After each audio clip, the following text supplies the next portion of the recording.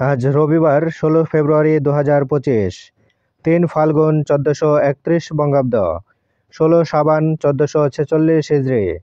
জানিয়ে দেব দৈনিক আমার দেশ পত্রিকার শিরোনামগুলো। বিডিআর ম্যাসাকারের অন্যতম সন্দেহভাজন কর্নেল শামস। পিলখানা হত্যাকাণ্ড।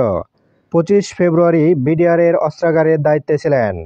বিপথগামীদের হাতে অস্ত্র ও গোলাবারুদ তুলে দিয়েছিলেন।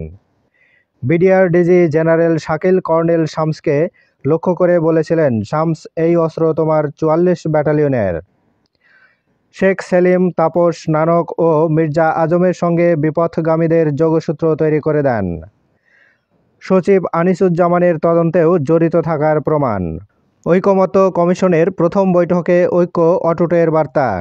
ডেইলি স্টারের ত্রুটিপূর্ণ সংবাদ, জনমনে বিরূপ প্রতিক্রিয়ায় দুঃখ প্রকাশ। ওয়াশিংটনে ট্রাম্প মোদি বৈঠক। হাসিনার পতনে যুক্তরাষ্ট্রের ডিপ স্টেটের ভূমিকা নাকচ ট্রাম্পের।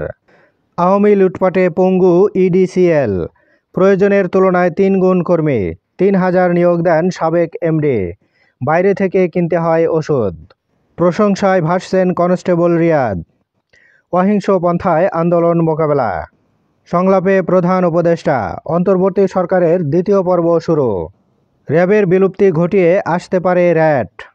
অ্যাটর্নি জেনারেল বললেন, পিলখানা হত্যাকাণ্ড ছিল আওয়ামী লীগকে টিকিয়ে রাখার কৌশল। প্রতিদিন দৈনিক পত্রিকাগুলোর শিরোনাম জানতে লাইক, কমেন্ট এবং সাবস্ক্রাইব করুন। এবার শেষের পাতা। বইমেলা প্রতিদিন। ১৫ দিনে মেলায় এসেছে ১,৫০০ নতুন বই। সিলেটে প্রতিনিধি সম্মেলনে মাহমুদুর রহমান, অলি আউলিয়াদের কাহিনী তুলে ধরতে হবে। মোদি, হাসিনা, আদানি নিয়ে আলোচনা। কলকাতায় এখন হাসির খোরাক আওয়ামী লীগ। অপারেশন ডেভিল হান্টে গ্রেপ্তার আরও ৪৭৭। জাতীয় ঐকমত্য কমিশনের বৈঠক। আগে স্থানীয় সরকার নির্বাচনে না বিএনপি সহ বেশিরভাগ দলের। ছাত্রদের রাজনৈতিক দলের ঘোষণা হতে পারে ২৪ ফেব্রুয়ারি।